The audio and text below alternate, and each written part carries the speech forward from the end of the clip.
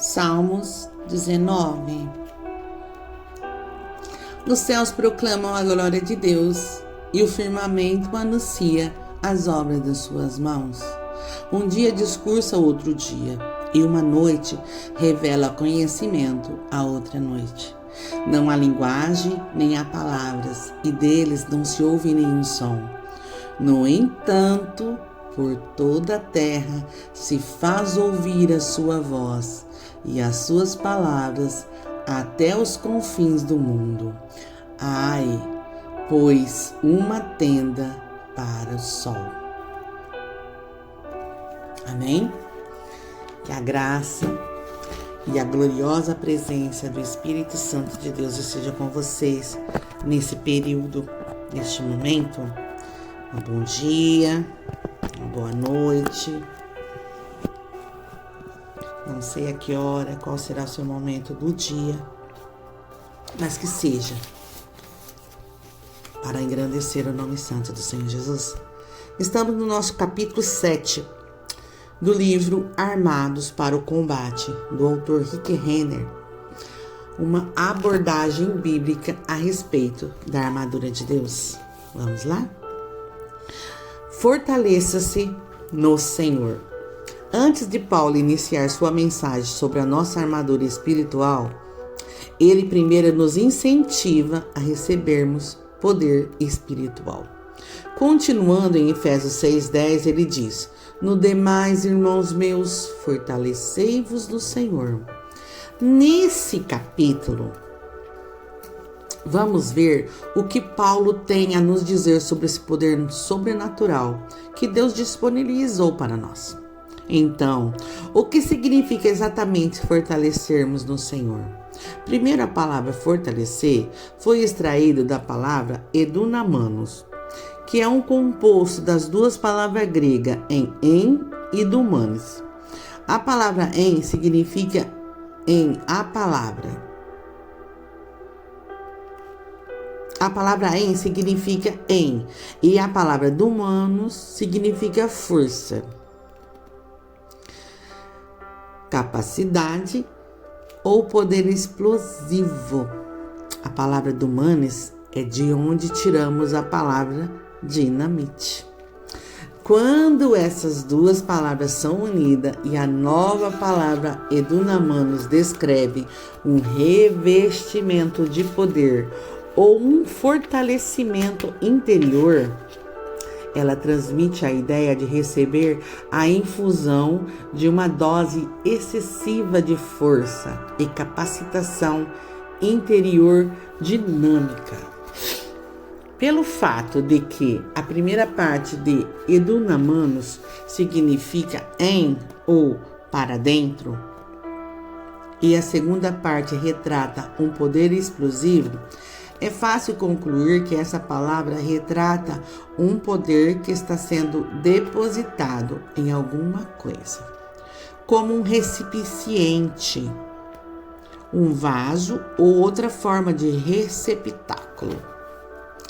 A própria natureza dessa palavra significa enfaticamente que deve haver necessariamente alguma espécie de receptor dentro do qual esse poder seja depositado. É aí que nós entramos em cena. Fomos designados especialmente por Deus para sermos os receptáculos do seu divino poder. Esse é o motivo pelo qual Paulo nos incentiva, no demais, irmãos meus, fortalecei-vos. Suas palavras transmitem a ideia: recebam um fortalecimento sobrenatural, um depósito interno de poder no seu homem interior. Deus é o doador desse poder explosivo e, de acordo com Efésios 6:10, nós somos os receptáculos nos quais esse poder deve ser depositado. O tempo grego usado em Efésios 6:10 é o presente passivo imperativo. Isso significa que Paulo não estava simplesmente sugerindo que eles recebessem esse poder. Ele estava ordenando a eles que o recebesse e, além do mais, que o recebesse assim que possível. Não há dúvida quanto às intenções de Paulo nesse versículo. O uso do tempo presente imperativo significa que ele os estava incentivando com as palavras mais fortes. Ele estava ordenando que eles abrissem os seus corações para receber um toque completamente novo do poder de Deus em suas vidas. Além do tempo presente imperativo, Paulo também usa o tempo passivo em sua ordem para nos fortalecermos. O tempo passivo descreve o efeito progressivo e duradouro desse poder sobre a vida de um crente. Esse tempo nos diz que, embora haja um efeito fortalecedor imediato quanto ao poder edumanos especial de Deus é liberado na vida do crente, ele é mais que uma experiência única. Ele é um poder sobrenatural que continua a fortalecer esse crente por muito, muito tempo depois. Paulo sabia que há uma experiência progressiva com o poder de Deus, que está disponível a todos os crentes. O apóstolo também sabia que precisávamos desesperadamente desse toque especial, do poder sobrenatural, a fim de combatermos com êxito os ataques que o inimigo levanta contra nós nessa vida. Diante dessas verdades, Paulo nos incentiva a nos abrigarmos para Deus, em espírito, alma e corpo, para podermos receber sua força sobrenatural. Na verdade, o desejo de Paulo de que recebemos esse poder é tão ardente que ele usa o tempo presente passivo imperativo. Mais uma vez, ele não está sugerindo que recebamos esse poder. Ele está ordenando que nós o recebemos e que o recebemos tão depressa quanto possível. Com um tom da voz muito forte e autoritário, Paulo ordena a todos os cristãos em todo lugar: sejam infundidos com força e capacidade sobrenatural. Sejam revestidos desse toque espiritual da força de Deus. Vocês precisam receber esse fortalecimento interior. Por que Paulo foi tão enfático nesse ponto? Porque ele sabia que precisávamos receber esse poder antes que a nossa luta contra as forças invisíveis comece. Sem o poder sobrenatural do Espírito Santo operando em nós, nenhum de nós é páreo para os esquemas e artifícios astutos de Satanás. Ou poder resistir aos espíritos demoníacos que guerreiam contra as nossas almas. Satanás é inteligente, perspicaz, brilhante, sagaz, rápido, esperto e astuto. Ele é forte, capaz, poderoso, influenciador e determinado. Ele é um estrategista sábio que planeja e arranja de forma ordenada ataques sistemáticos contra a humanidade. Ele é a epítome de um oportunista que sabe exatamente quando atacar com seu poder destruidor. Naturalmente falando, nossa força física nem de longe pode se comparar à força do diabo. Nossa inteligência nem de longe alcança o seu brilhantismo. Nosso momento mais genial é completamente deficiente se comparando com os métodos astutos de pensar e atuar do inimigo. Satanás era um anjo poderoso e brilhante antes de cair em seu estado atual de perversão. E embora caído, ele ainda reteve muito de sua antiga inteligência, que lhe foi dado originalmente por Deus. É verdade que Jesus despojou Satanás de sua autoridade legal sobre nós. Não obstante, sua inteligência permanece intacta. E é essa mente perspicaz, brilhante, sagaz, esperta e astuta que o diabo usa contra nós hoje. O poder de Satanás não é páreo para o poder inagualável do Espírito Santo, e ele sabe disso. Portanto, ele procura passar a perna em nossas mentes natural, com a estratégia maligna que inventou com a sua mente incrivelmente inteligente. Para impedir essas estratégias satânicas, precisamos receber o revestimento do poder especial de Deus do alto. Quando a força sobrenatural do Espírito Santo é liberada dentro de nós, somos capacitados a lidar vitoriosamente com esse arqui-inimigo da fé. Foi por isso que Paulo ordenou à igreja primitiva que recebêssemos esse poder especial. E agora, a palavra de Deus nos dá a mesma ordem específica e urgente. Finalmente, meus irmãos, fortalecei-vos. Lembre-se, esse não é uma sugestão da parte de Paulo, é uma ordem direta. Segundo tópico, poder sobre-humano para uma tarefa sobre-humana. A palavra edunomanos, forte, era usada com frequência pelos escritores clássicos gregos para descrever indivíduos que haviam sido escolhidos muito cuidadosamente pelos deuses para realizar tarefas extremamente especiais e sobre-humanas. Por exemplo, os escritores do período grego clássico teriam dito que a força sobre-humana do personagem lendário Hércules era o resultado dos deuses pagãos gregos terem depositado nele o poder edumano. Edunamanos se encaixava perfeitamente para ilustrar o tipo de força sobrenatural que Hércules supostamente possuía. Diz a lenda que, com esse dom dos deuses gregos pagãos, Hércules realizou muitos feitos sobre-humanos extremamente especiais.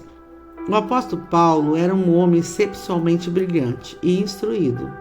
Devido ao seu estudo do grego clássico, ele sem dúvida conhecia esse uso histórico da palavra edunamanos. Assim, ao falar do poder sobrenatural que o Espírito Santo nos dá para resistirmos a obra do adversário, Paulo escolheu deliberadamente essa palavra de conotação inconfundível, denotando um poder que transforma meros homens em campeões, que possuem força sobre-humana e sobrenaturais. Além do mais, Endunamanos é um poder que é conhecido a um indivíduo quando ele é chamado para realizar uma tarefa especial que está além das suas habilidades naturais e que requer força sobre-humana. Por que Paulo iniciou o texto sobre batalha espiritual e armadura espiritual com essa ordem para recebermos a força em Dunamanos? O motivo é claro.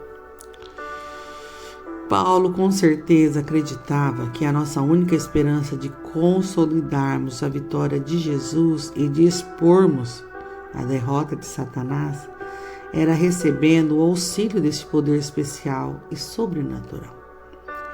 Paulo sabia enfaticamente, sem qualquer sombra de dúvida, que, quando o poder de Deus é liberado com força total na vida de um cristão, seu fluxo sobrenatural de poder transformará aquele cristão normal em um gigante espiritual. Portanto, Paulo ordena a todos cristãos nos termos mais fortes possíveis. Revistam-se de poder, recebam esse fortalecimento interior, sejam infundidos com a força e a capacidade sobrenatural de Deus. Terceiro tópico: onde encontrar esse poder? Paulo continua: finalmente, meus irmãos, fortalecei-vos no Senhor. A expressão no Senhor, gramaticalmente, é chamada de tempo locativo. Em suma, significa que esse poder especial em Dunamanos pode ser encontrado somente em um lugar, e é no Senhor. O fato de Paulo ter escrito no tempo locativo nos diz que esse poder está trancado na pessoa de Jesus Cristo e que ele não pode ser encontrado em outro lugar. Não podemos obter esse poder especial e sobrenatural lendo livros e ouvindo mensagens de ensino, mas somente por meio de um relacionamento pessoal com o Senhor Jesus Cristo. Esse poder está trancado no Senhor. O primeiro capítulo de Efésios também usa o tempo locativo. De fato, esse mesmo tempo locativo é usado 7 vezes em Efésios 1, para ensinar que estamos em Cristo. Está no 1, 3, no 4, 6, 7, 11, 13. Doutrinariamente, isso significa que uma vez que somos redimidos por Jesus Cristo, estamos trancados na pessoa de Jesus para sempre. Como Paulo disse aos Coríntios, mas aquele que se une ao Senhor é um espírito com ele. 1 Coríntios 6:17. Ou, como Paulo disse à sua audiência no Areópago, pois nele vivemos, nós movemos e existimos. Pois nele vivemos, nos movemos e existimos. Atos 17:28. Esse maravilhoso tempo locativo é usado 7 vezes em Efésios 1 para declarar que estamos perpetuamente, eternamente e infinitamente trancados na pessoa de Jesus Cristo. Ele se tornou a nossa esfera de existência e habitação. Por toda a eternidade, estamos nele. Agora conseguimos compreender por que esse poder em dunamis especial de Deus é tão acessível a você e a mim. Assim como esse poder divino, esse fortalecimento interior sobrenatural que transforma as pessoas normais em gigantes espirituais, está gloriosamente trancado na pessoa de Jesus Cristo. Assim também estamos nós. Como cristão, estamos trancados no Senhor com o seu poder divino espiritual. Embora nem sempre estejamos mentalmente conscientes disso, estamos constantemente tendo contato com esse poder divino, diariamente, a cada hora, cada minuto. O próprio fato de que nós é também esse poder especial. Estamos trancados no Senhor, significa que uma nova explosão de poder sobre-humano dentro do nosso espírito humano estava à nossa disposição. Na verdade, uma nova liberação do poder de Deus dentro de nós está tão acessível quanto ao nosso próprio suspiro. Quarto tópico. Está à sua disposição. Há vários anos, em uma grande igreja no Centro-Oeste, eu estava pregando sobre o fluxo divino do poder e da sua disponibilidade aos cristãos. No fim do culto da manhã, fiz um convite às pessoas que nunca haviam sido cheias do Espírito Santo, e muitas pessoas foram à frente para receber oração. Quando me aproximei do altar para orar por aqueles que haviam ido à frente, o pastor voltou-se para mim e disse: esta manhã quero que você observe a maneira como oramos pelas pessoas, para que elas sejam cheias do Espírito Santo. Observando a maneira como isso é feito na nossa igreja, você poderá fluir melhor.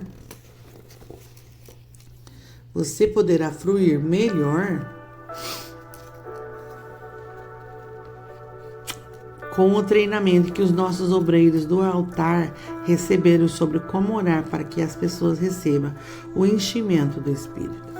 Obedecendo ao pedido do pastor, recuei para observar enquanto seus obreiros começavam a orar pelas pessoas, para que elas fossem cheias do Espírito Santo. Um após o outro, os obreiros andavam atrás das pessoas que estavam de joelho junto ao altar, dando tapinha nas costas delas e dizendo coisas do tipo: você precisa orar mais do que está orando. Você não está orando suficientemente alto. Você precisa gritar e suplicar para receber de Deus. Você precisa se demorar mais um pouco mais. Fiquei com o coração partido enquanto observava o que estava acontecendo. Aquelas pessoas preciosas, espiritualmente famintas, foram à frente para receber liberalmente de Deus. Mas o que poderia ter sido uma linda experiência se transformaram em um pesadelo. Aquelas pessoas sinceras, mas incorretamente instruídas, começaram a se chicotear espiritualmente a fim de se sentirem boas o bastante para receber de Deus e ser cheia do Espírito Santo. Que visão deplorável essa foi para mim.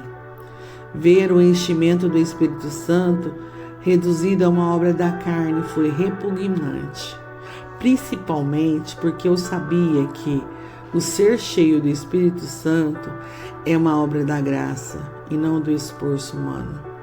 Essa foi uma das visões mais espiritualmente ofensivas que já observei em uma igreja. Deus sabia que Ele teria que tornar as coisas simples para que recebêssemos seu poder. Do contrário, a maioria de nós jamais o receberia. Sabendo disso a nosso respeito, Deus trancou permanentemente seu poder dentro da pessoa de Jesus Cristo. E então, Ele nos trancou em Cristo também, fazendo isso por nós. Deus nos colocou em uma posição onde estivéssemos contato com seu poder divino continuamente. Ele graciosamente organizou as coisas para que fosse muito difícil,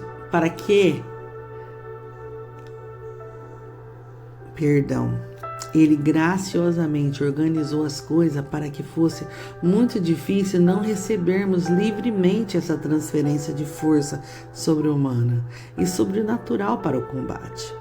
Para experimentar o poder sempre acessível, sempre disponível de Deus, você precisa abrir seu coração a Ele e pedir que Ele seja liberado em sua vida. Pela fé, você precisa estender a mão para abraçar esse poder divino especial, pois devido à sua posição no Senhor, você está cercado por Ele nesse instante. Nesse exato momento, você está imerso no poder sobrenatural de Deus. Ele está à sua disposição. O único pré-requisito para receber esse poder é que você esteja no Senhor. Se você está nele, como o primeiro capítulo de Efésios fala, por 7 vezes, você está na posição, agora mesmo, para receber um novo toque do poder fortalecedor de Deus em sua vida. Quinto tópico, a evidência do poder do Espírito Santo.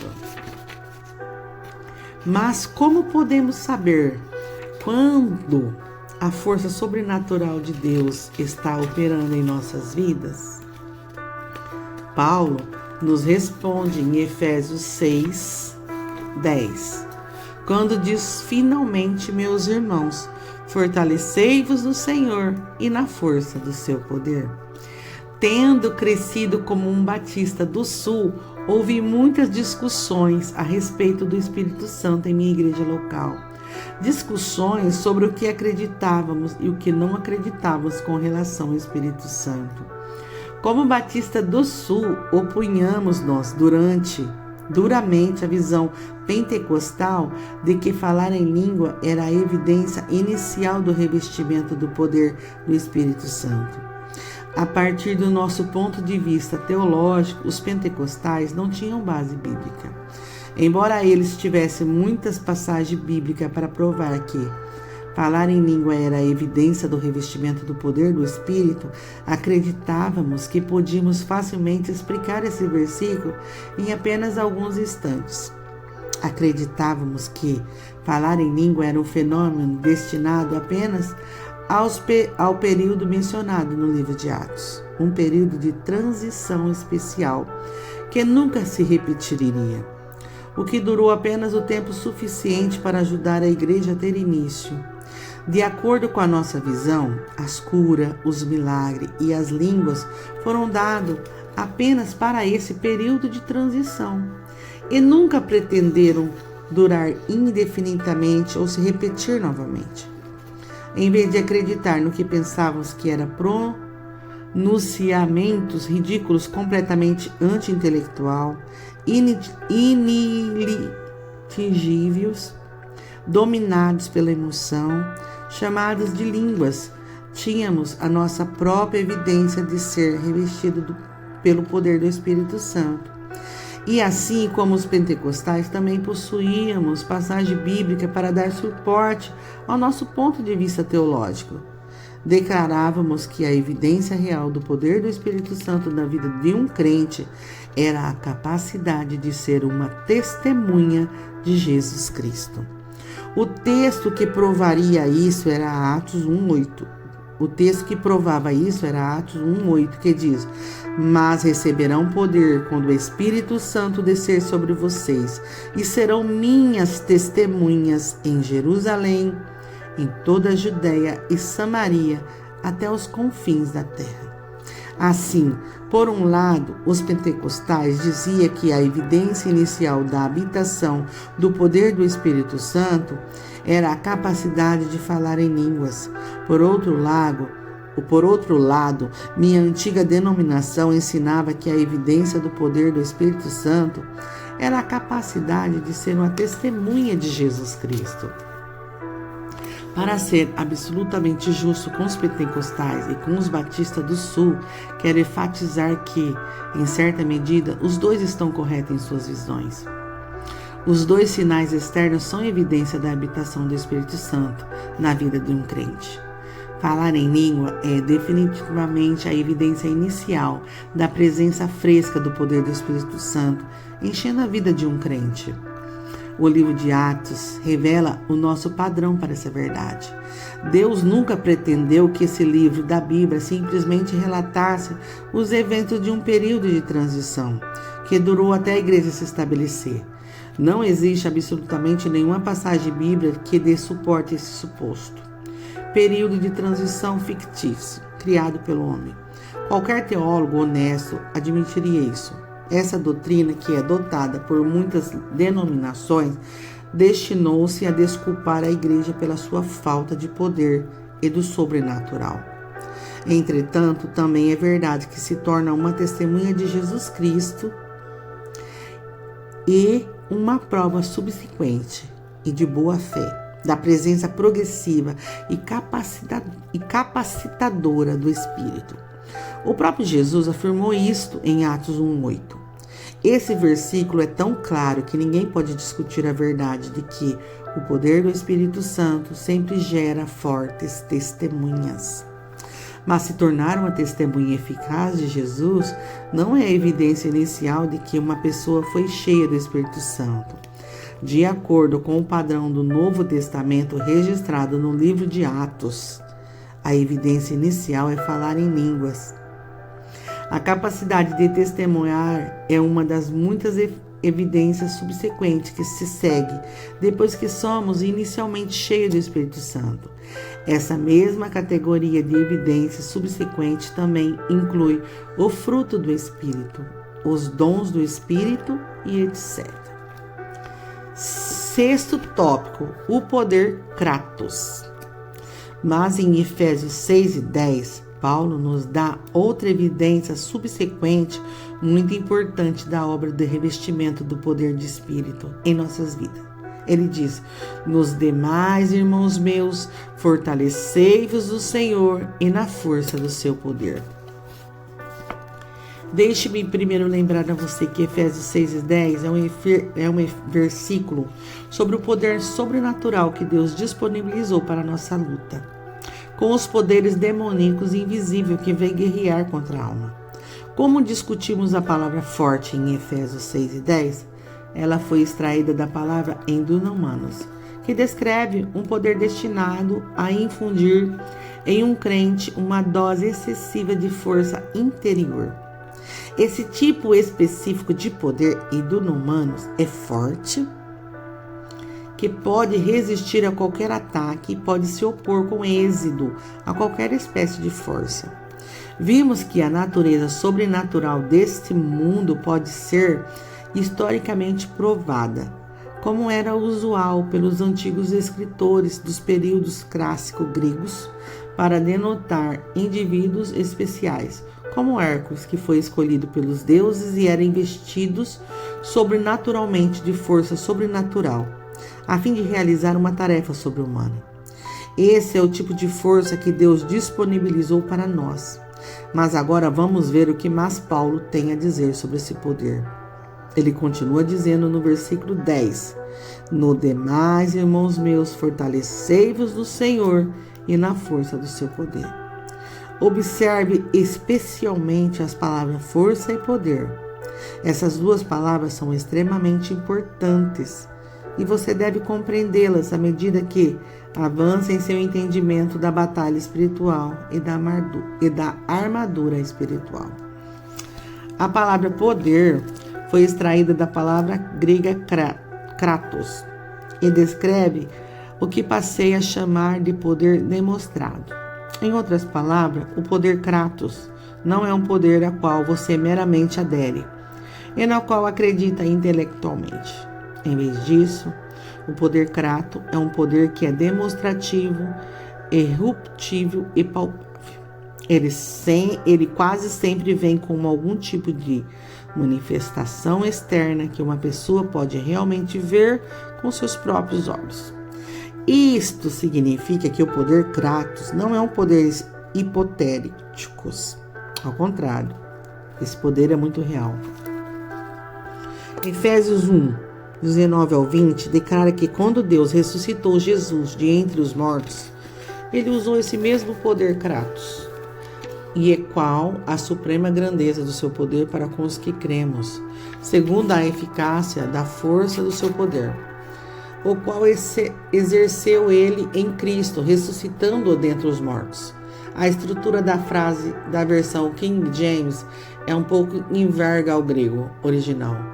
O grego diz, de acordo com a operação da força do seu poder. Por que isso é tão significativo? Porque a força do seu poder é a expressão idêntica usada em Efésios 6 e 10, para denotar o poder que está operando por trás dos bastidores para nos dar força para o nosso combate contra os poderes malignos e invisíveis. Pense nisso. O tipo de poder que Deus usou quando ele ressuscitou Jesus de entre os mortos é o mesmo poder exato, idêntico que agora está em operação em nós. Temos o poder da ressurreição. O poder kratos se refere ao fluxo de poder mais forte que existe em todo o universo. Na verdade, esse poder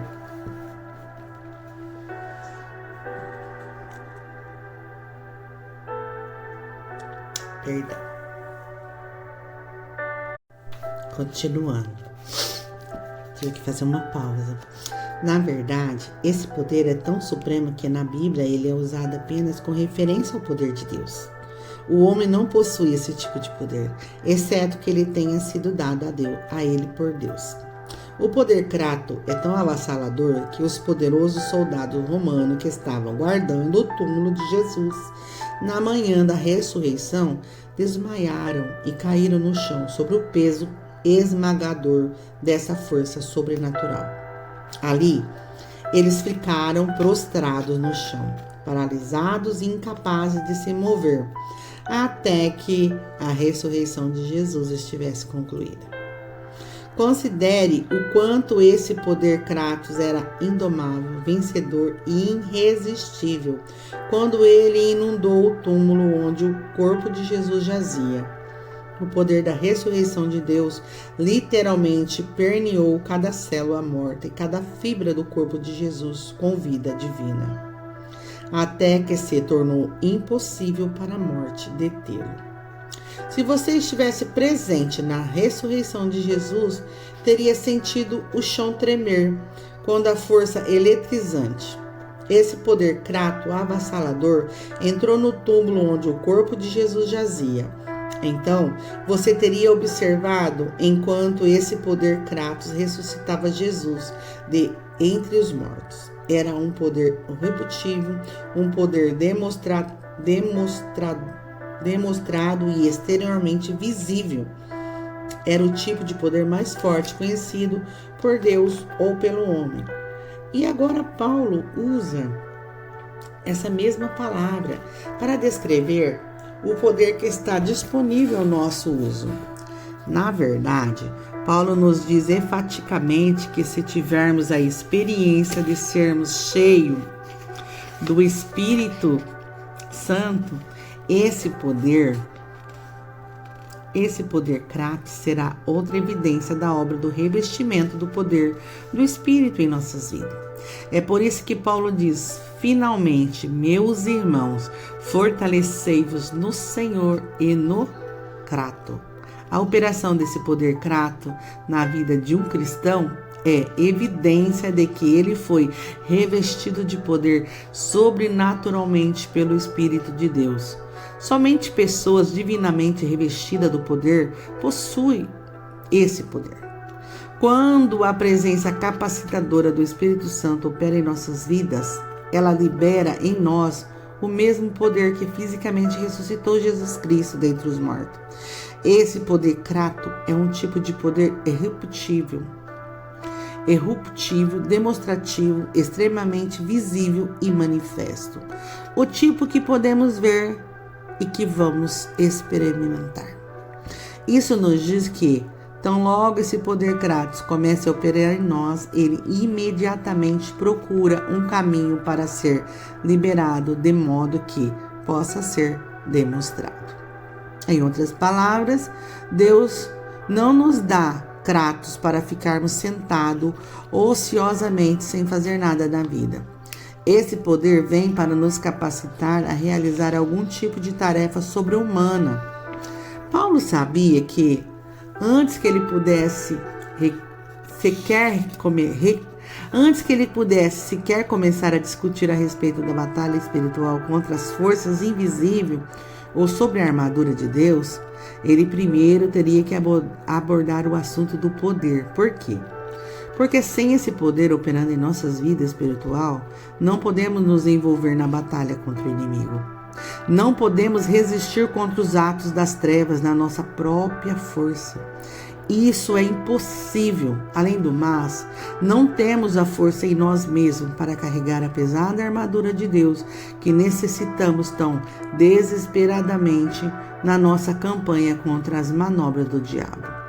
Portanto, Paulo pega a prioridade e inicia o texto sobre a armadura, primeiro tratando do poder Kratos de Deus. Sem esse poder, não somos páreo para o adversário e não podemos operar com a armadura de Deus. No entanto, quando ao termos a nossa disposição, o diabo não é páreo para nós. Somos totalmente capazes de vencer as estratégias dele com a armadura que Deus nos concedeu. Sétimo tópico: o braço forte de Deus. Paulo continua: no demais, irmãos meus, fortalecei-vos no Senhor e na força do seu poder. A palavra força, ela foi extraída da palavra enxus.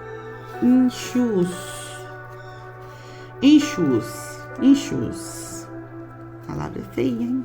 E transmitida a imagem de um homem extremamente forte, como um fisiculturista. Um homem que é poderoso, um homem que é capaz, ou um homem com grande capacidade muscular. Agora, Paulo aplica essa imagem de um homem forte e musculoso não a si mesmo, mas a Deus. Ele retrata Deus como alguém que é capaz, poderoso e musculoso. Então, reflita sobre essas perguntas. Existe alguém mais poderoso do que Deus? Existe alguém mais capaz do que Deus? Existe alguma força no universo igual à capacidade muscular de Deus? Com o golpe de sua mão, o poderoso braço do Senhor liberou tanto poder criativo que todo o universo começou a existir. Com um golpe de sua mão, o poderoso braço de Deus desatou tanto o poder de Nimrod e todas suas cortes malignas na Torre de Babel foram espalhadas pela face da terra. Com um golpe de sua mão, o poderoso braço de Deus descarregou uma força tão poderosa que o mundo civilizado dos dias de Noé foi inundado e todo um período de civilização foi eliminada. Com um golpe do braço poderoso de Deus, um poder tão avassalador foi liberado que a cidade de Sodoma e Gomorra foram varridas para sempre da face da terra pelo fogo do enxofre. Com um golpe do poder poderoso de Deus, a rebelião do Egito contra Deus foi esmagada de uma forma nunca conhecida e os filhos de Israel foram libertos. Com um golpe do braço poderoso de Deus, os poderes malignos das regiões celestiais foram colocados de lado à força e, embora fisicamente e medicamente impossível, Jesus foi concebido e milagrosamente nasceu do ventre de uma virgem.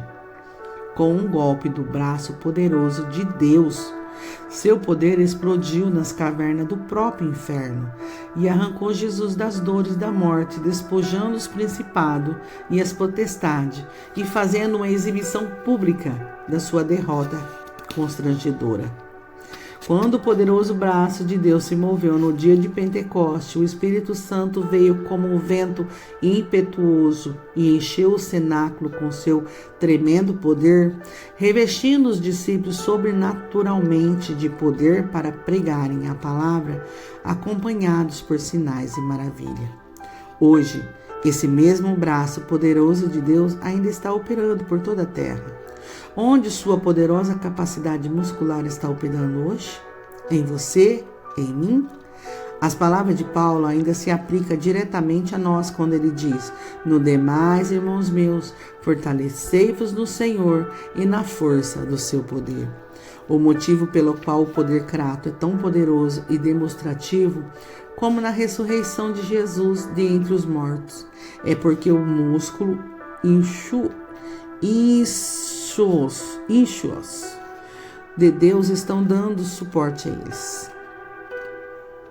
Assim, um expositor da Bíblia traduz com precisão Efésios 6:10 desse modo: fortaleçam-se no Senhor e na capacidade poderosa e demonstrada exteriormente que opera em vocês em resultado da grande capacidade muscular de Deus. Tudo o que Deus é, todo o poder que Ele possui e toda a energia da sua capacidade muscular poderosa energiza o poder Kratos que agora está em operação nos cristãos, que foram revestidos do poder pelo Espírito Santo, e esse é o poder que está em operação dentro de você e de mim. Pergunta para o crescimento: qual é o resultado final de qualquer situação na qual queremos cuidar dos nossos problemas usando a nossa própria força e raciocínio natural? Segundo, porque as 3 últimas palavras da ordem de Paulo para nos fortalecermos no Senhor são tão significativas para a sua caminhada com Deus? Descreva a doutrina do período de transição que alguns sustentam e porque essas crenças impedem a capacidade de um cristão de andar no poder sobrenatural de Deus. Quarto, quais são as qualidades do poder crato que o torna diferente de qualquer espécie do poder do universo? Você consegue pensar em um tempo em sua vida ou na vida de alguém que você conhece quando a operação do braço poderoso de Deus trouxe livramento de um forte ataque do inimigo? Amém? Fique com Deus e que o Espírito Santo continue revelando fortemente aos nossos corações a vontade de Deus nas nossas vidas.